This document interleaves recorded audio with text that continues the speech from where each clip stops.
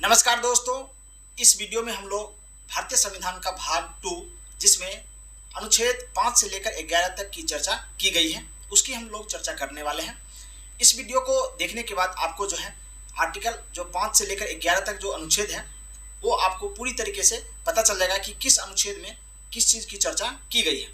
तो भारत के सभी नागरिकों के लिए जो है भारतीय संविधान बहुत ही महत्वपूर्ण है, क्योंकि भारतीय संविधान ने क्या क्या अधिकार भारत के लोगों को दिया है ये जानना बहुत ही जरूरी है। इसलिए हम छोटे छोटे वीडियो के माध्यम से आप लोगों को ये इन्फॉर्मेशन देते हैं। ठीक है, तो चलिए हम लोग स्टार्ट करते हैं। देखिए, हम पिछले वीडियो में बताए थे कि भारत के संविधान जो है वो 22 भागों में बांटा गया। ठीक है, तो उसमें से जो दूसरा भाग है वो कहता है कि भारत में नागरिकता, अगर कोई व्यक्ति भारत का नागरिक बनना चाहता है तो किस आधार पर भारत का नागरिक बन सकता है, इसकी चर्चा जो है भाग 2 में किया गया है। और भाग 2 में जो है कुल मिला के आर्टिकल हम देखेंगे तो 5, 6, 7, 8, 9 और 10 यानी कुल 6 आर्टिकल आपको देखने को मिलेगा। तो चलिए एक एक करके हमको देखते हैं। तो सबसे पहले आर्टिकल की चर्चा करते हैं। तो 5 आर्टिकल कहता है 5, वो कहता है कि संविधान के प्रारंभ में नागरिकता, जब भारत का संविधान लागू हुआ था 26 जनवरी 1950 को, उस समय किन किन लोगों को नागरिक माना गया था उसकी चर्चा किया गया है अनुच्छेद 5 में। ठीक है, तो 5 में हो गया संविधान के प्रारंभ में नागरिकता।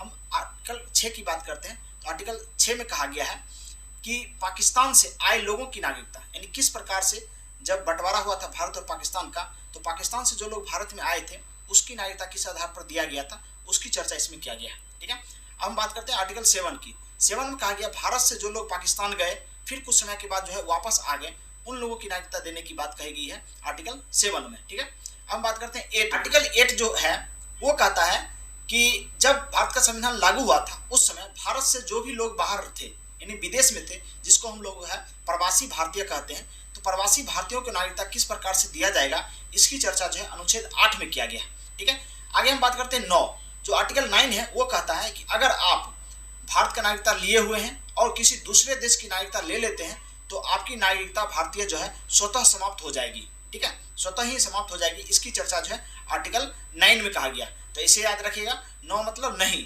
9 से नहीं हो गया, यानी 9 में आर्टिकल में कहा गया है कि आपकी नागरिकता नहीं रहेगी। अब आते हैं 10 में कहता है कि भारत के संविधान में लिखा गया है आर्टिकल 10 में कि सरकार आपकी नागरिकता नहीं ले सकती है, यानी छीन नहीं सकती आपकी नागरिकता जब तक आप कोई देश विरोधी कार्य नहीं करते हैं तब तक। ठीक है, अब बात करते हैं लास्ट 11 आर्टिकल की।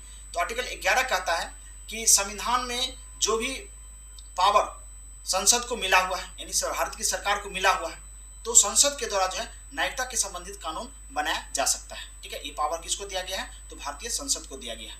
तो आपको ये वीडियो कैसा लगा आप कमेंट सेक्शन में बता सकते हैं हमको। तो फिर मिलते हैं नेक्स्ट वीडियो में। जय हिंद।